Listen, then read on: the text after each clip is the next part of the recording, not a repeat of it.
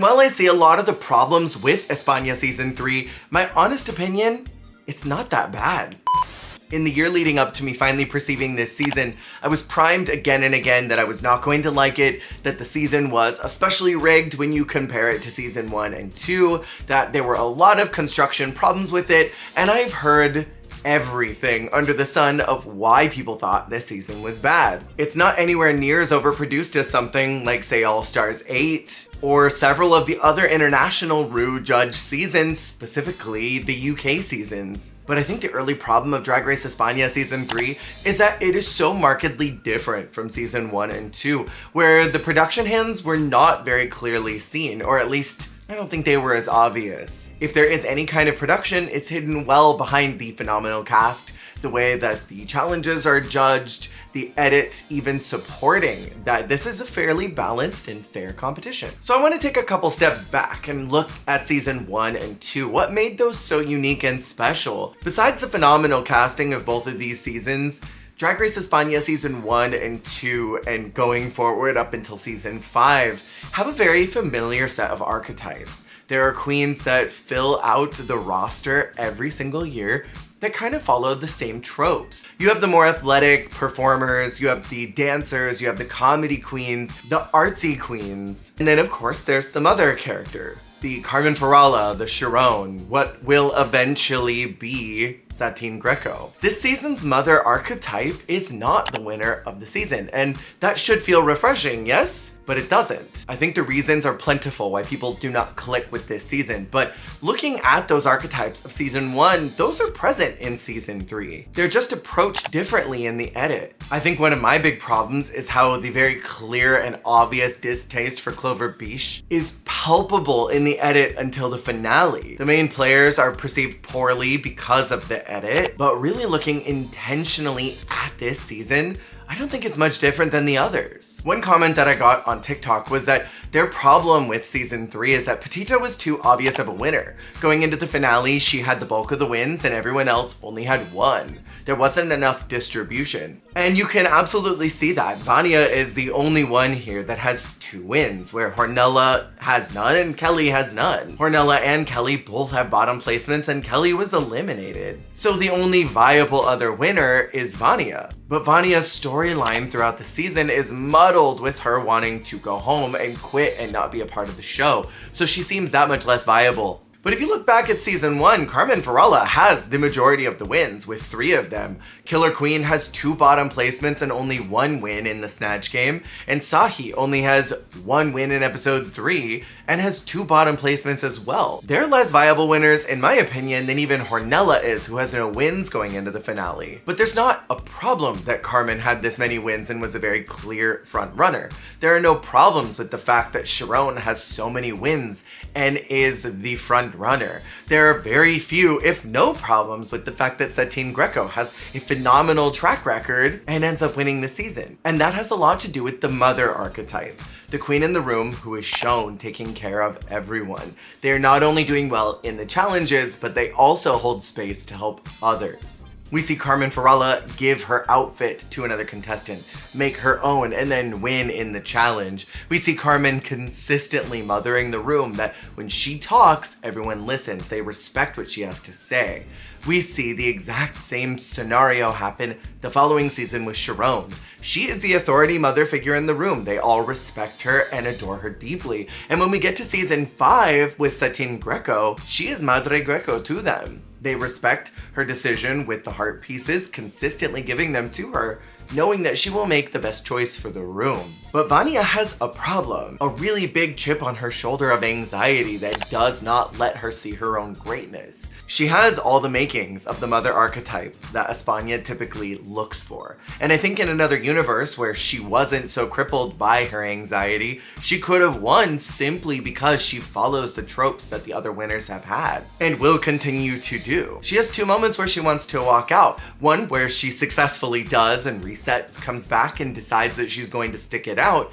And near the very end of the season, where she wants to be in the bottom desperately, despite the judges saying, "We made our decision and you are going nowhere, bitch." And that lack of momentum sadly holds Vania back from winning the crown, I think. It drastically shifts the expectations that people have for the winner of the season. Because up until now, each winner has been extremely likable. They've been kind and empathetic and generous to their castmates. They dominate the competition in their own way. And they're humble. Petita's biggest problem as a winner is that she is edited to be unlikable. And I want to preface that this has nothing to do with her as a person. She seems lovely. She seems kind and considerate towards those around her, but the show gives us her raw and sometimes uncomfortable moments. Petita's a girl who doesn't hold back in confessions. She says whatever's on her mind, which is sometimes a bit too much. You know, I'm serving, I'm slaying, I'm doing what needs to be done, but that's what you do when you're someone like me. You just give what needs to be given because you're so good at what you do. You've got a fashion degree and you've got all this experience. Of course we know how to walk the runway. Of course we know how to do the challenge because that's just what you do when you're me. That edit presents her as arrogant. The editors make a point to show the other queens speaking negatively about Petita, frequently bringing up that she's duplicitous. When she's on camera, she acts a certain way, and when she's off camera, she acts an entirely different way.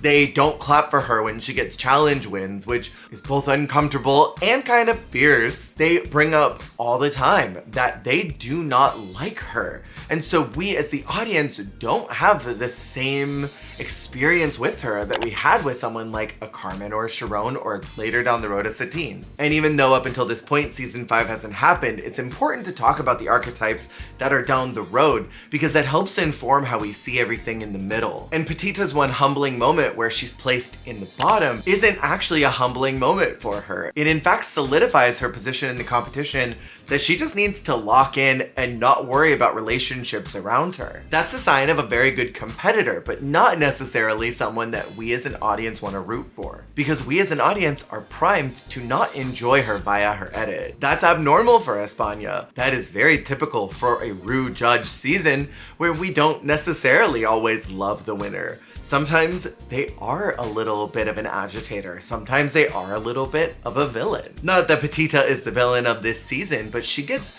close to the line of villainy. And she has some solid wins. I would not contest really any of them. The only one I would say maybe could have been a little different was the TV show challenge where they had to act in duos. I think Petita and Clover should have had a joint win that week. They succeeded because of each other. But otherwise, I think her run is fairly uncontested for me. She thrives in challenges that queens of her archetype normally are not good at. She's a fashion girl who's got a big head, and she's locked into the competition and is not making friends. Someone almost like Asahi, she would typically be a Daphne Mugler type, someone who is very good aesthetically, but might not be solid in the comedy aspects. But that's not Petita's narrative. She is hilarious. She's funny and off the cuff. She's not afraid to be goofy, and she goes for it every single time. And so for purely breaking what that archetype normally expects, she's a very deserving winner. However, there are other players at work here. And there are a couple that I want to highlight today that I think changed the trajectory of the season. Kelly Roller's position in the competition is downright infuriating. She is an archetype of queens like a John Burr's Blonde or a Spicy Sunshine, someone who is traditionally not doing well in challenges or on the runway, but continues to get passes from the judges and continues to be enjoyed for some reason that we are never clued in on. Supreme acts so heartbroken about it, more so for Kelly than anyone else in the competition, which is at exact odds from how Kelly is presented to us. When she walks in the workroom, multiple queens say that they don't like her, they unfollowed her. Her Instagram stories were so boring during the pandemic that everyone mass unfollowed her, that she is an unlikable character. And when Kelly is eliminated, the room is devastated for her. But we never quite see any resolution of when they stopped hating her guts and when they all became stans. And so when she returns into the competition, they all seem very excited that she's back. The judges make a meme out of her, talking about her Zeus on a Cloud runway for an entire segment of Judge's introduction. Valentina was probably sitting there like, oh, this girl's about to slay and eat. And when she walked out, probably thought, what the hell is going on? What did I miss? This cannot be the girl that y'all thought was serving and slaying, yeah? And she makes it all the way to the end over other competitors who were doing better than her. Clover, who was continuously steamrolled by the judges, and Bestia, who had an early season win. And anytime there's a return queen format, I think there is some frustration when it's not the queen that people wanted to see. Many folks wanted to see Visa come back, and I'm gonna agree, I thought Visa was great. But there was a return queen format and they couldn't do a double save in a lip sync that genuinely deserved it. I think there's still a way that they could have worked that out, changed around some production timing, but it is what it is. And I think Kelly's reappearance into the competition is even more frustrating because they decide to do a double elimination that same day. A decision that I think was completely unnecessary.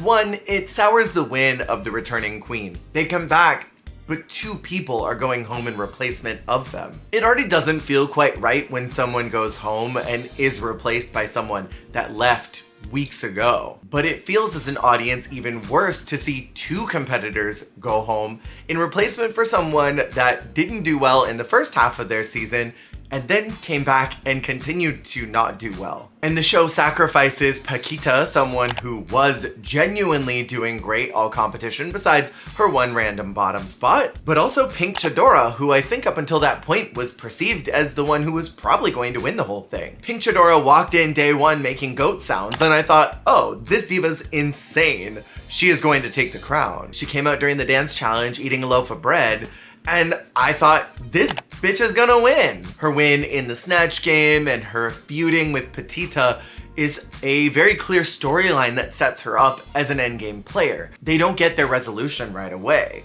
There is still tension that surrounds them as Pink Chadora moves forward. And so it almost sets them up like they'll be rivals into the endgame. And I think had Pink Chadora survived, she would have knocked out those last few challenges, especially the television improv one, and would have given Petita a run for her money. But they decide to do this bogus bottom 3 spot and send home 2 folks when I don't think that was necessary. They could have held on to that double elimination for 1 more episode, to 1, not sour the return format, but 2, to not punish 2 folks who really didn't deserve to be punished. In a just and fair world, only Paquita would have gone home, because I think that she was objectively one of the roughest in that challenge, but Pink Chadora should have never gone home, and Paquita going home should have been at the hands of Petita. This season is also the first to have someone return, and they choose the Macarena from season 1.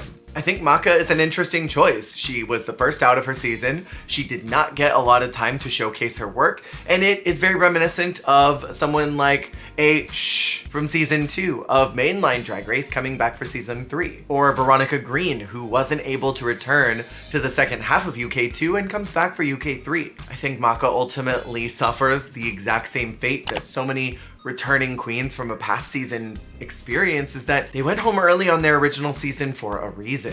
They just don't have all the right parts to make it all the way through a competition like Drag Race, which requires so much more than just being beautiful or having good runways. It requires so much more packaging than I think Maka was prepared for either time she was there. And then of course there's Clover Beech, the first POC AFAB performer on Drag Race proper. This was groundbreaking. The first one being Victoria Scone, and then Clover Beech being the second one. Clover is the green drag queen, someone who's only been doing it for a few months up until that point, but is well known because they're a great performer.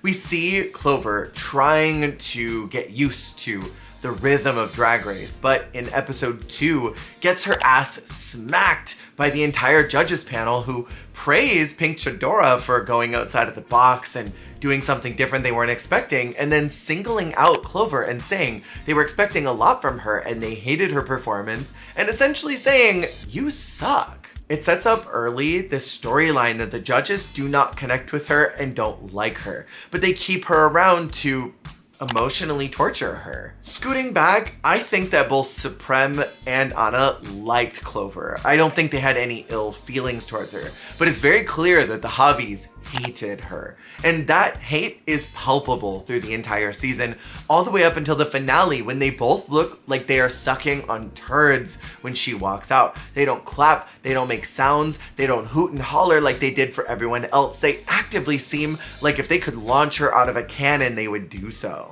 And this is strange because there's nothing that Clover did to any of them or said to them not at least that made the edit, that would have made them be so hostile towards her. And their treatment of this girl is confusing. It comes off misogynistic and it comes off a little racist as well. The microaggression is clear and it's impossible to interpret it any other way. What we see in Confessions is that Clover is a lovely gal. She's got a bright personality, she's funny, she's charismatic, and she's sweet. There's no reason why they should hate her so much. Her runways leave a little bit to desire, and her presentation on the runway may not be the smoothest, but she's not anywhere near as much of an epic flop that Kelly Roller is, who they live for. She doesn't lack personality like others in this competition. She's full of it. And I think her treatment overall sours the experience of the show. On Drag Race, they've created very clear archetypes for each winner, no matter what season you watch.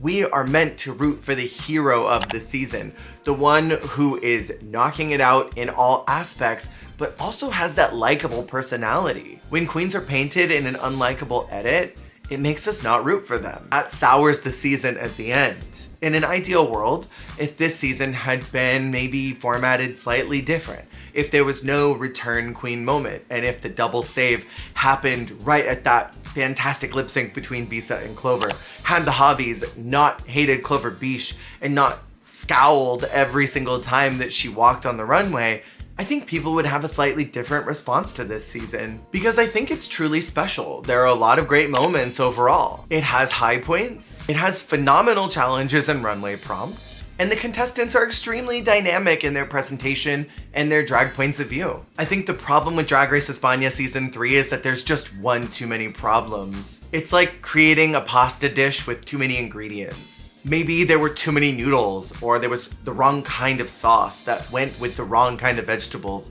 and the wrong kind of meat, and the wrong kind of garnish. If you take out one of those pieces, does it make it better, or is it still just as bad? If you remove one more ingredient, does that make it a good dish? I think two things that would have saved this season in the eyes of fans and not made them think this was bad: remove the return queen format. I don't think that was necessary here. They could have saved that for All Stars. And two, not done a double elimination. I think if Bisa is eliminated fair and square by Clover, and then there is not a return of Kelly Roller, and there is not a double elimination of Paquita and Pink Chidora, I think people would have a slightly different experience with this overall format. I think Pink Chidora would have given Paquita a run for her money to the finale, challenged her quite a bit in those last few episodes, and would have been maybe just as much of a viable winner as Paquita, with Vania being the second runner-up and Hornella being the third. Again, I think there's just one too many problems. And in a franchise that's typically perceived as being better than the others,